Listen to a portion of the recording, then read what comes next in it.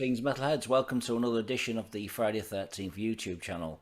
Thanks to those who have subscribed so far. If you haven't, please do, it's free. Okay, so you're about to listen to an audio interview done with Psychotic Waltz, one of the greatest progressive metal bands of all time.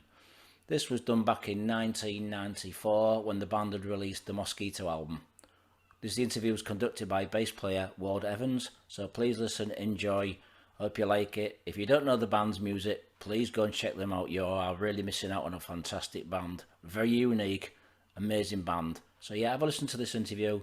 Tell your friends, subscribe, and spread the word on social media such as Facebook, Twitter, Instagram, and many more social media sites. So thank you for watching. Stay safe, be metal, and I'll speak to you all soon. Cheers, guys. Right, first of all, Ward, could you tell me a little bit about the band's history? When did they form, and has the lineup been the same? Well, we all kind of got together, and we were in our high school years. It was like, I was 17 at the time, Right. and basically that was back like in 1985, 86, and we played with just the four of us without a singer for like a whole year pretty much, and just kind of playing cover tunes and trying to really, learn how to play in a band, really.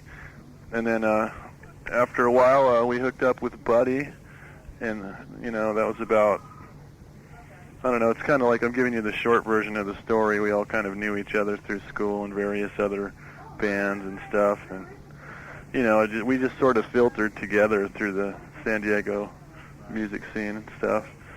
But anyway, Buddy came into the picture probably after we'd been already jamming together for about a year or so, and it's been the same ever since as far as the lineup goes. But perhaps we used to be called Oslon. No, I didn't. Yeah. And have you got any demos you could take me? I'd love to hear them. An Oslon demo? Yeah, even though Psychotic Waltz one, I'd love to get hold of them. Well, you know what? There's a bootleg of our first demos that's out here in Germany you can probably get. Yeah, I've got a bootleg CD of yours. Yeah, a bootleg CD that has our first. Live one, yeah, it's live in Belgium. There's actually another one that's got our first demos on it too. That's a CD. Yeah. I have to get hold of that. Wow. Actually, it's probably a copy from the cassette tape or something, and maybe we should do that on our own from the original master. It'd probably sound much better, but Yeah, I don't know. I mean, if there's a demand for it, we might do it. But you've got one demand. but Right. but as far as any more of those original tapes, they're really all gone, long gone. So anyway, I don't know what to tell you about that. Right, so why did you choose the name Psychotic Waltz, and did you have any other names? Obviously, you just told me. Yeah, we used to be called Oslon in like the early '80s, or not even early '80s, but in our early formative sort of period of our band. And one day I was looking through Kerrang, and they had this other band called Oslon, and had their picture in there. I guess they're from Ireland or something, and they're kind of like a pop band or something, like Bryan Adams or something. And anyway, they had their picture, and then they had our picture from our demo. This was the only time they ever wrote about our band. It was in that section called View from the Bar. And I don't remember seeing that once. yeah, it was like a long time ago. It must be going back about 8 years, 9 years. Yeah, a long time. It was 2 pages on the Irish scene. Is that the one? no, it was just in View from the Bar, basically, and it just had our picture and their picture, and said, "Oh, did this Irish band Oslon become? Did they used to be this long-haired rock band Oslon? Because they were all like kind of short hair, and it was a completely different band. So we thought, well, hey, these guys are already signed on a major or whatever at the time. I don't really remember the label, and we didn't want to get sued by them, and we didn't want to get associated with them in any way, really. So we decided we should change the name. It was all for the better, I think. But the name Psychotic Waltz came about because at this time we already had a song that was we were calling A Psychotic Waltz, and we just all kind of agreed on it after about 3 months of joke names like the Traveling Penises and stuff. And you can just ask any band. You can go for months and months. Yeah, I play drums myself. I've gone through a lot of different names. Yeah, I used to play drums for a band called Malediction. I don't know if you've heard of those guys. Oh yeah, I've heard of them. Death metal band, yeah. Yeah. I used to play drums for those guys. Oh, that's cool. Right. So your influences as a band, and how do they fit in with the music you're playing? I'd say, to me, everybody asks me what you sound like, and I say Jethro Tull on speed. It's like, well, yeah, we always get the Jethro Tull comparisons because Buddy's voice and the flute. yeah. But I think there's a lot of different influences that come into the band, even in like the Beatles and people like Pink Floyd, and as well as like some traditional metal bands, of course, like Judas Priest, Metallica, Judas Priest, now you're talking. Of metal. Yeah, all the back in the middle '80s when all this stuff was really happening, and albums like Number of the Beast came out, and were just like, they really were part of our world, So I think at first we really wanted to be like Iron Maiden or something. Right. So how does the music fit in with what you're playing? Would you say it fits in, all your influences fit in? You try combining them all together and getting a heavy sound but spaced out, and Yeah, well, not only the metal stuff comes out, but I think that, especially lately on the new stuff, is we all have a pretty wide range of music too.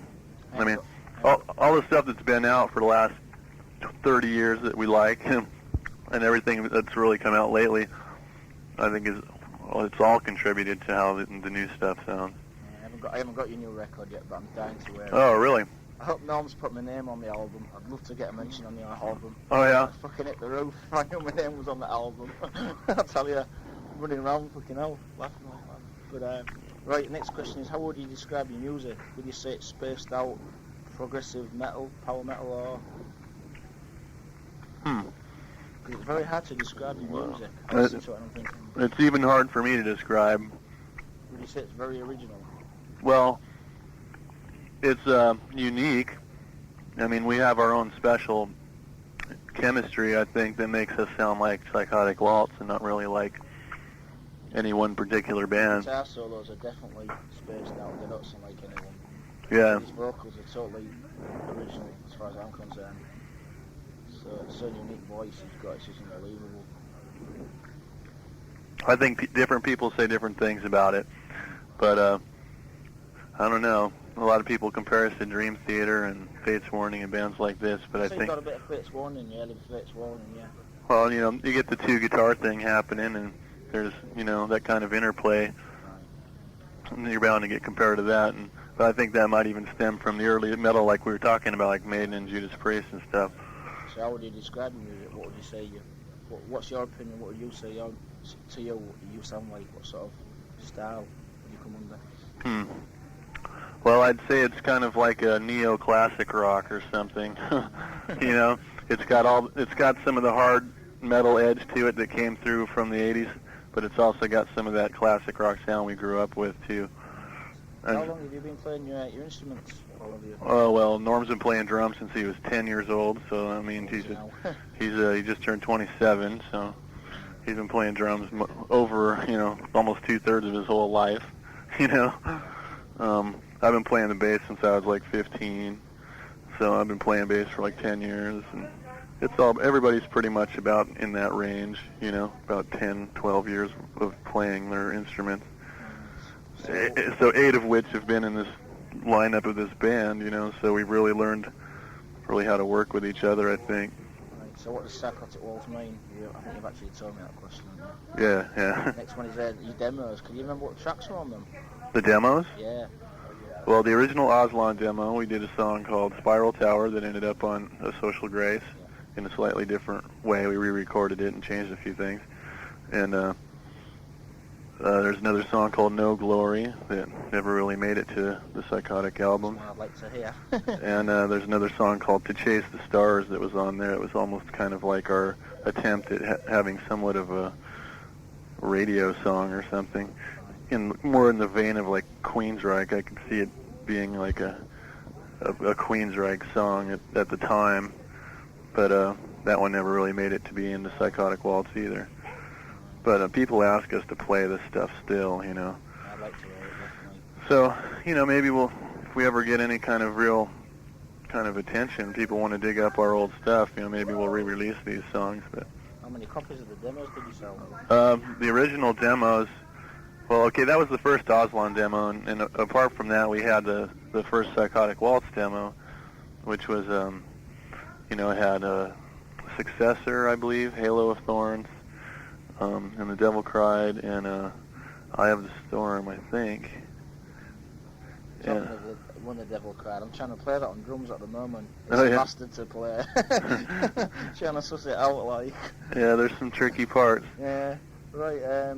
So you. But anyway, as far as sales goes, it was enough to, get some attention over here in Europe in like the underground kind of tape trader circles, and I can't remember exactly how many it was, but it was several thousand we sold, and that's pretty good for a band that you never heard of. So that's like all way back in the before the 90s even happened. So since then we've we did an independent album, kind of paid for by our first album. We paid for with our T-shirt sales and money we made from shows and things like that in San Diego, and kind of piece it together. When we get a little bit of money, we record like 2 or 3 songs, and this whole album came about over probably a whole like 8 months worth of time, going in and out of the studio when we had money, and so that's how Social Grace came about. When I first heard the LP, I didn't like it at all, and now you're one of my favourite bands. It's like, unbelievable, you know what I mean? It's like, when I first heard it, I just couldn't get into the LP. I taped the record off a friend, and I was like, oh, this is too bombed out, and then slowly got into it, and ended up buying the CD, and like, I want to get in touch with these guys. The second album came out, got your address, got right, I'm right into these. So I was like, pretty tough, really. Right, next question is, could you tell me a little bit about the lyric writing? Just what actually do you write about? Because it seems very spaced out, the lyrics. Well, what he writes about is kind of like what sounds good at the time, I think. Is it Buddy that writes all the lyrics? Oh, Buddy writes all the lyrics. Right. Because he sings them all, of course. And that's just kind of his end of what he needs to do for the band, And, everybody else does their own thing. But, I don't know. It's kind of hard to explain what he writes about because it's kind of real, how do you say, abstract, Yeah. And really it's not like really political in any way, and it's more kind of an escapist approach, I think, and more poetic. But, I don't know. You'd really have to ask Buddy what's in his head. I'd like to interview Buddy lately about his solo albums. But next question is, do you enjoy writing lyrics that are over the top and spaced out, as well as the music? Do we what? Do you enjoy writing lyrics that are over the top and spaced out, as well as the music being spaced out? Oh, does Buddy enjoy it? And all of you, do you enjoy writing songs that are real spaced out, as well as Buddy writing those? Yeah, oh yeah. Lyrics? Of course, it all goes very good together. I think by the time it gets on an album, we all like what's there, and we're all pretty proud of it. So, oh yeah, of course. Would you say your lyrics have been the same since the band formed under the other name you had? You said the lyrics were still pretty much the same as they are now. Well, I don't know. I think that they've grown in kind of stranger sort of visuals that come to mind. But overall, it's not like gone overly one way or the other. I'd say it's just a continuation of what we've always done, Next question is, could you tell me what other labels approached you besides Rising Sun for your debut album? Actually, the debut album, as far as the European market went, that's all we had to approach us, basically, was Rising Sun. And, since then, Roadrunner had come up to us and offered us a deal. About that, yeah. And, we didn't take it. And, Why didn't you take it with Roadrunner? well, they wanted a whole lot, it seemed, for not very much money, like 7 album options and all of our rights for publishing and merchandise as well, and for like a total of like what equals like $10,000, for like the next 10 years of our lives, basically. So we said, no, we'll see if we can do better. And we just had these other deals going on an independent level over here in Europe that kind of left us a little bit more open to where we didn't get trapped in such a long-term deal, so we could, like, if the album did very well, we could get picked up by a larger label that, could maybe do something on a worldwide scale. Next question is, I've noticed that you've changed record company deals. Why is that? keep changing different labels and stuff? Oh, well, you know, all these deals at first start out great, and they tell you it's going to be all perfect, and when it comes time to pay the band or whatever, they just sort of don't have those records available and such. So basically, we've been ripped off. You know, I mean, they've helped the band in the fact that people know who we are now, but as far as keeping the band alive financially, it's been almost like suffocating. You know. Right, next question is, could you tell us a little bit about this amazing fucking first album that you've done? Could you tell me how well it sold? And a little bit about the songs in brief. Which album? The Social Grace. Well, Social Grace, how well it sold? Yeah. Well, over here in Europe, I think it was like 12,000. Right. And in the States, probably about 3,000 or 4,000. And but that was like, we had some distribution through Caroline in the States, and it was, they took like one shipment basically and put it out and kind of forgot about us, I think. And you know, so there's like just really an underground kind of group of people who know who we are in the States. And as far as the last album, Into the Everflow, it never came out in the States. Why was that? Well, it's just we didn't get a deal. You know, you know, we were trying to get something that was better than what we had done before with the independent, and you know, that this is basically when the whole offer for Roadrunner came about, and you know, maybe in that sense we should have taken it, but I think that the album we've just recently made, Mosquito, is probably going to get Everflow released as well. You know, it'd be kind of like we own the rights to our records all over the world, you know, ourselves, except for, I guess, Everflow is owned by Dream Circle over here still. But anyway, in the States, we own all 3 albums, so if we were to get picked up, it wouldn't be like a very... whatever label picks it up is going to get it for free, basically. Right. So, yeah, it'll still come out. It just didn't do it yet. Right. So what about the songs in brief? I mean, what are they about? I mean, obviously you actually know. Is it up to Buddy to answer these questions? Yeah, these seem like a lot of Buddy questions. Right. All I can say is... All I'm bothered about, the main thing is I've got an interview with you, and that'll do me. One of my favourite bands, you know. I've waited such a long time to get an interview with you guys. And like, now I've done it, I'm like, fucking yes. And now you're all, God damn it, why couldn't it be Buddy? Right. Right. But, you know, they sent me over this time because they didn't want it to look so much like it was Buddy's band so much, because it's really all 5 of our band, and he's done a lot of interviews in the past and done interviews for his solo stuff, so they just kind of sent like an all-purpose band representative, and that, you know, that would be me. Right. Tell us a little bit about the cover. Why did you choose that cover, and did you have any others in mind?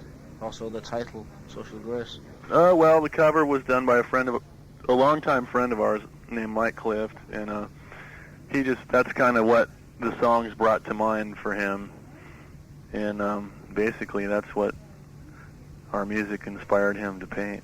Right. And to draw, you know. It's kind of like a play or something, you know, and then you turn it over and you see like that a lot of it was fake, you know. But you know, that's all his trip. I guess it fits with the album and all. Right. But you know, Mike's been doing all our flyers and T-shirt designs, and he's done all 3 album covers, and you know, he's just our artist guy, and we let him kind of turn him loose, you know. Talking about T-shirts, Norm's promised to send me one of your T-shirts when he was in Europe, and he never sent me one, so I was like pretty pissed off, really, because I'm dying to get hold of one of your T-shirts. I really am. Just can't get them anywhere. I keep trying companies in England, and it's like just can't get them. You know, in England, this is like the first real British interview I think we've ever done. What will be? Yeah, with you. At least as far as I know. I don't know if Norm or anybody else has, but Yeah. I think that we're really, as far as Europe goes, we're very unknown in England still. And Yeah, well, I think I've got one fan. yeah, well, I mean, hopefully that this can get out to some other people there, and we can come play there in the fall, you know. You won't know, because I'm dying to see you guys laugh. I tell you. Okay, then I'll travel down to London if you do one offshore. I mean, I live right up north of England, so... But I'll be there. Wherever you play in the UK, I'll be there. Definitely. Cool. So, Yeah, well, I'm really looking forward to doing that. It's kind of like that would be a milestone for us, I think, is to get over into the UK, because it's a place we've always wanted to go. You know, we've been to Europe. This will be like our 4th tour or something, maybe the 5th. I can't. Wow. you know. Never been to England yet. Yeah, and still haven't been over there, so. I don't suppose you could get us a T-shirt, could you, Ward? Oh, well, you So know, I'd love to get hold of one. I'll see if we have any left. I don't think we really have any left, and it's time to print up some new ones for the new album and everything, so, you know, we'll get you one eventually. Oh, yeah, please. I mean, I think if Norm sent me it, must have got lost in the post because he said he was going to send it on tour when he was on the tour, you see. Yeah, well, So, he might have forgotten too, you know. slap him round the head for us. Right, next question is the same questions for Into the Everflow, rather titled in the covers. Oh, well, Into the Everflow, it's just the same kind of answer too. It's like, you know, that's what Mike thought, you know, the music inspired in him, and, you know, it's sort of like the flow of life or something. Right. And kind of the circular sort of time concept, I guess, how everything comes back around. But, Next question is, did you have any other producers in mind besides the ones you chose for the first two albums? well, the first album we pretty much produced ourselves and just had an engineer named Mike Harris get the tones. The second time we really had no choice in the matter. We were told by Dream Circle that, you know, they wanted us to come over to Germany to record and record with Ralph Hubert. And, you know, at the time we wanted to do it in L.A., but they didn't want to do it that way, so I don't know why, but it just ended up that way. And this time, Are you happy with where the two LPs turned out? yeah, actually, I think that they're good for what they are. You know, there's always room for improvement, you know, which is why you keep making albums, I guess. But I'm most proud of the new album, which we did with Scott Burns. Yeah, we'll get to that in a minute, yeah. Yeah. Right, next question is then about the latest LP, which I haven't heard yet. I'm just dying to get hold of it. Could you tell us a little bit about the LP? Why did you choose Scott Burns and Morris Sound? Are you happy with the way he handled the production? I'm really happy with it, actually. And, you know, Morris Sound is just where they end up mixing the like all the finished tracks, and Right. we did all the tracking out in L.A. because that's only 2 hours from where we live, San Diego. And you know, we got to go. We used the record plant, and we used a place called Mad Hatter in L.A. And they were all really cool and really helpful and making everything work real smooth. And Scott just was a great guy to work with because he was wanting to do something different than all the death metal stuff he's done. And you know, actually the way I should tell you the story how we met Scott was basically we were playing on tour. I think it was the Everflow tour, but I don't remember which time. I think it was during the summer of last year. And he was in Amsterdam with Death. You know, they had a day off, I guess, because they were doing a few shows. And he was running their sound for these few shows. And anyway, the Death guys have really been into us since day one, and they kind of brought Scott to the show there. And, you know, and all the guys came back after the show, and we all had a beer and said, well, you know, it's cool to meet y'all. And, you know, we started talking to Scott, and just, you know, we really hit it off. Scott really dug the show, and he turned out to be a really cool guy. And we, you know, you just get a good feeling from certain people, you know. So, you know, later on that year, we saw him at Foundations Forum in L.A. and started talking about, hey, we're getting ready to, you know, we're going to be wanting to record again soon. And he's like, well, shit, I'll do anything you guys want, man. I'll make it. You know, he really did it for practically nothing for us, and was really on top of it when he did. You know, he made it very easy for everybody, I think. It brought out the best in everybody's performance. Right. This must be terrible for you because you haven't even heard it. It's really pissing me off because Mike at Music for Nations hasn't got none in yet, and I'm pulling my hair out. We're dying to hear it. It's like, fucking hell, man, get me a copy, quick. Okay, no, but next question is, do you think it was a challenge for Scott to work with you, doing such spaced out music as yourselves? Well, you know, actually, he said it was one of the easiest things for him to do too, and had a real pleasure for him to work with people. In his words, he's like, it's great to work with guys who can get a take. You know, like Norman and I were done with our parts within 2 days. I hope his drums sound good because Scott Burns has a tendency to give a real shit snare drum sound. I'm a bit worried that he's going to fuck it up. No, actually, he did a great job with the drums. I'm very happy with everything.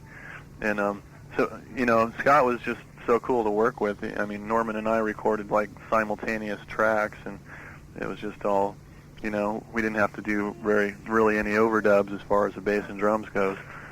And, you know, that's just how smooth it was with Scott. Right. Would you like to work with him again, or would you like to work with something like Colin Richardson? Oh, well, I don't know who that is, Colin but Richardson does Fear Factory. He lives near me. He does Napalm Death albums. There's loads. Just on the new Machine Head album. huh? Oh, I don't know. I mean, He's a very good producer. yeah, I've heard the new Machine Head. They're actually getting a lot of attention over here right now. But yeah, I would work with Scott again though. Maybe do the whole thing at Morris Sound this time, or who knows? I heard a rumour that your new LP, the guitar song, like Cannibal Corpse. I don't know if that's true. If you could tell us, could you tell me a little bit about the songs on the new LP? What the song titles, and how do you compare the lyrical writing from the early stuff to now? Well, that's a pretty complex question. I'm glad I answered a good one for you. Well, I think the new songs. Okay, you want me to name all the new songs? I ain't actually got the CD, so it's like... Oh, well, aren't they on the tape? No, I ain't got the tape, I haven't even heard it. So I'm saying it's like... Oh, I see. It's driving me mad, trying to... Okay, I'll give you the songs in order, okay? Well, you've got one song called Cold on the LP. Right. Which is on the bootleg CD I've got. Yeah. The bootleg, yes. Yeah. I'll have to tape you a copy of it and send it to you. Yeah, I've seen it. Oh, yeah. Anyway, okay, here's the new song listing. Right. Okay, it starts out, it's got Mosquito, that's the first song. What's that about? Obviously about mosquitoes. Well, kind of, but kind of more in a metaphorical sense, like a mosquito is something that kind of sucks something away from you. Right. But anyway, then the next song's called Love Stone Blind. What's that one about? I don't know, kind of about a lot of things. Is there any ballads on the LP again? No. Oh, no. Excellent ballads, you do, I tell you. Actually, there's kind of an anthemic sort of ballad in the next song, which is Haze 1. It's not really a ballad, though. It's a pretty rockin' song, but it's kind of, it could have that sort of appeal, you know what I mean? Right. Kind of like a big old epic, sort of. A mini epic, though, really. It's only like 5 minutes. Right. But, yeah, okay, that's the next song. Did you get that? Haze 1? Yeah. Okay, the next song, it would be Shattered Sky, I think. What's that one about? I know it's pretty hard for you to understand. They're kind of abstract subject matter. It's hard to say what they're about, just they're more like poems, it's what you can get out of them is what they are, But anyway, the next song after Shattered Sky is Cold, I think. Yeah, that's one I've heard. Well, the CD I've heard is the bootleg one. Is it being remixed and redone since? Oh, well. It was real early stages, I think. I don't know. It's just it's a bootleg. Right, yeah. And we have nothing to do with it, and we aren't getting paid or anything, so. Yeah. It's only for the fans, really. Norm was actually going to send me a tape of you for the mixing desk, but he didn't have any good recordings to send me. So I was pretty cheesed off. That's why I bought that, you see. I went to wear the band before I saw you live. It was doing my head in, so... Right. Right, next one. Okay, next song is, I believe it's All the Voices. That's off the bootleg as well. Yeah, the kind of Arabic-sounding one. That's pretty weird, that, with the keyboards. Yeah.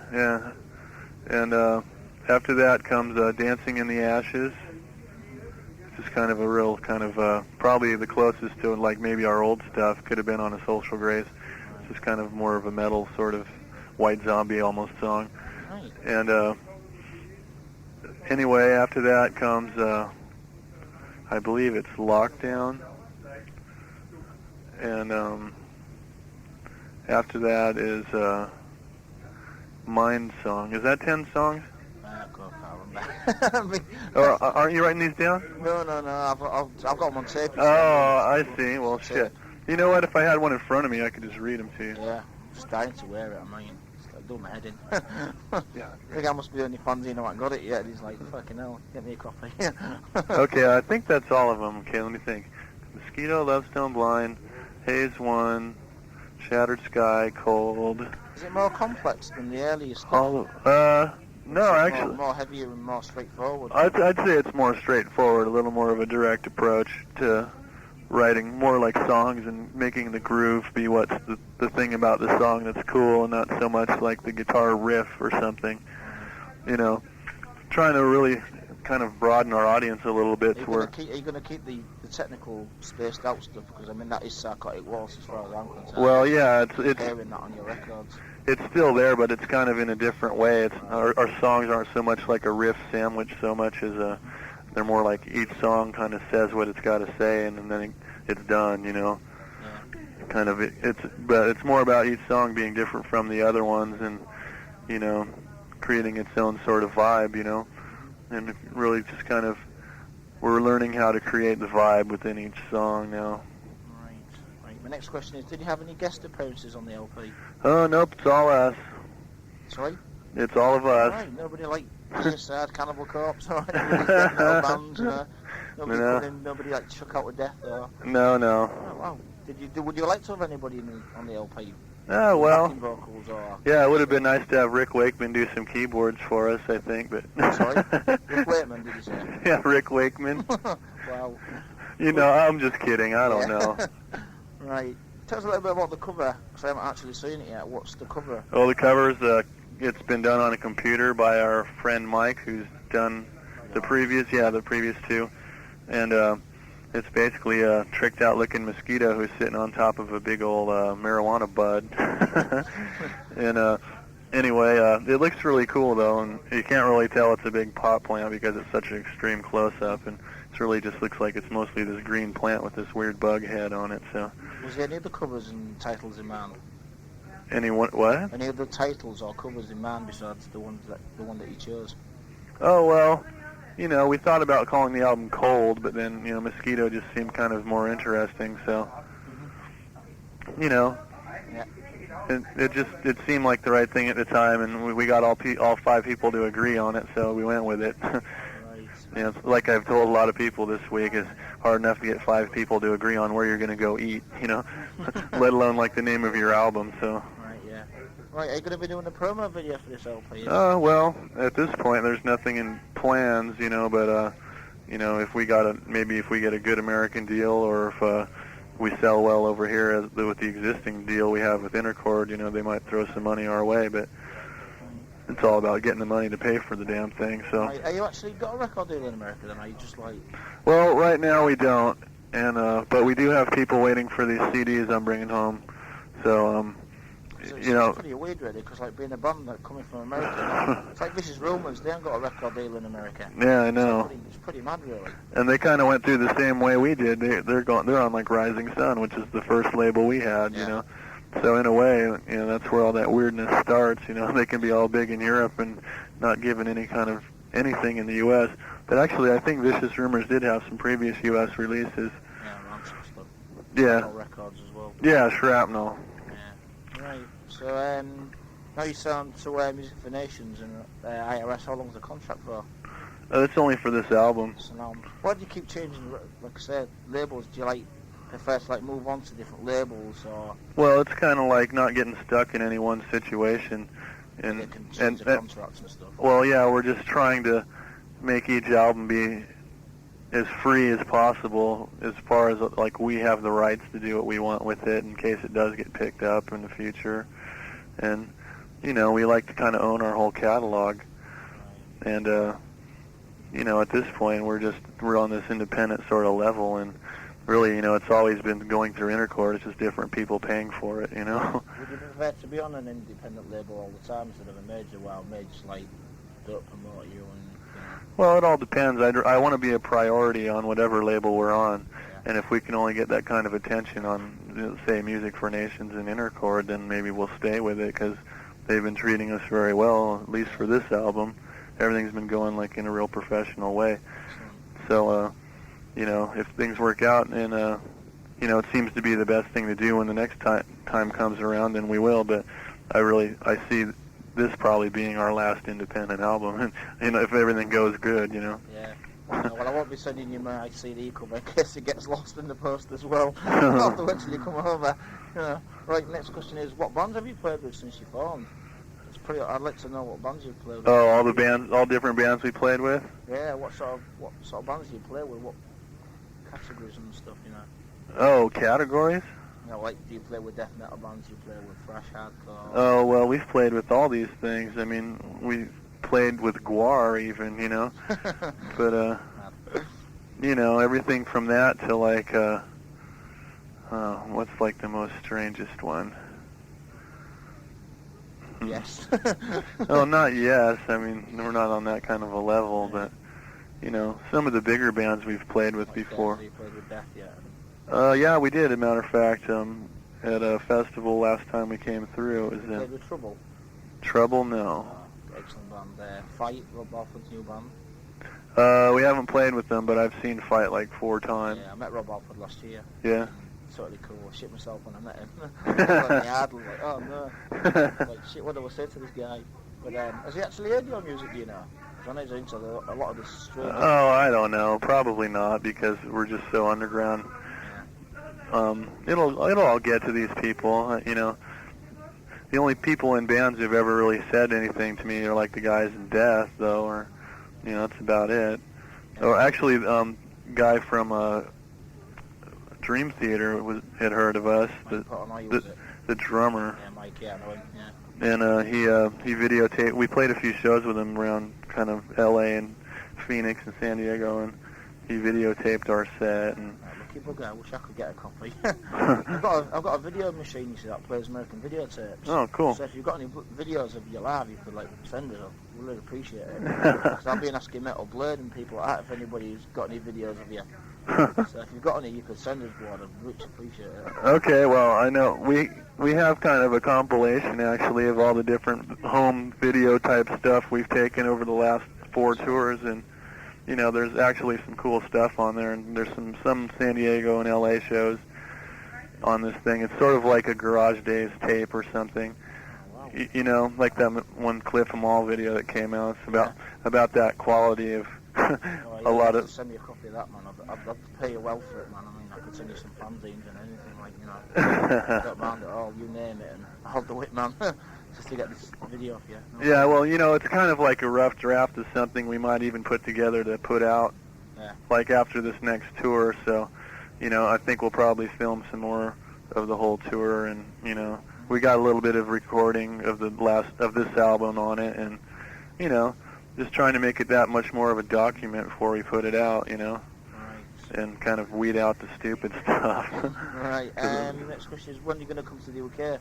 Besides myself down to see, there must be somebody else in the UK that wants to see you badly.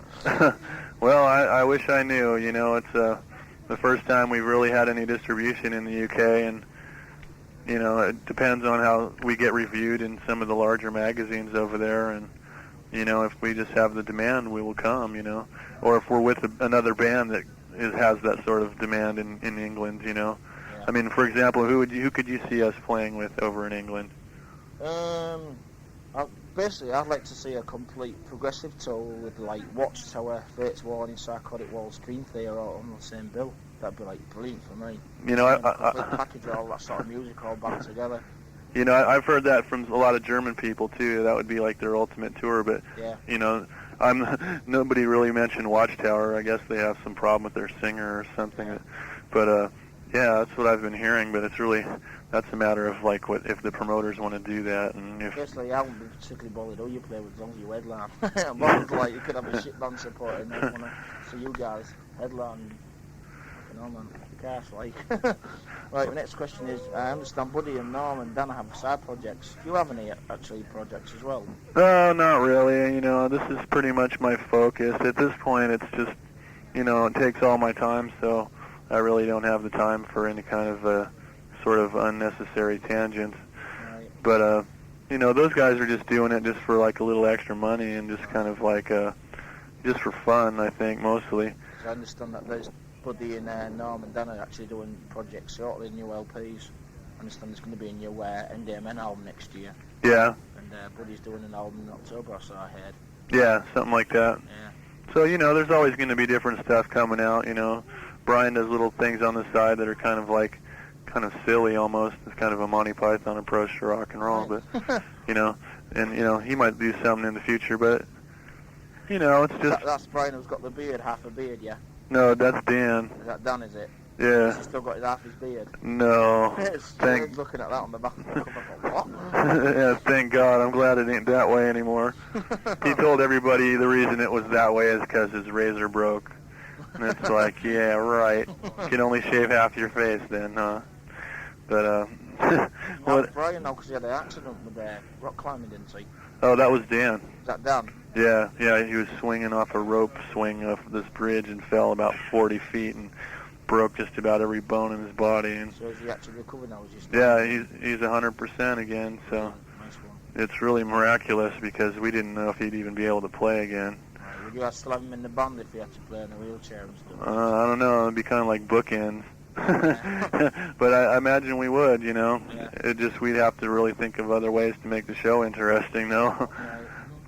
Right. Do you have anything to say to Friday 13 for you days before we finish? Oh well, I'd love to go to the UK, so. I'm not the only one. I'd like to see him. I'll tell you. I'll pay for you to come over. Just do some gigs. Yeah, really, just call all your friends and get them to talk to whoever you got to talk to get us over there. Oh yeah, definitely. You know. Is there anything else you'd like to say? Well, that's about it. Just that I hope to be able to go over there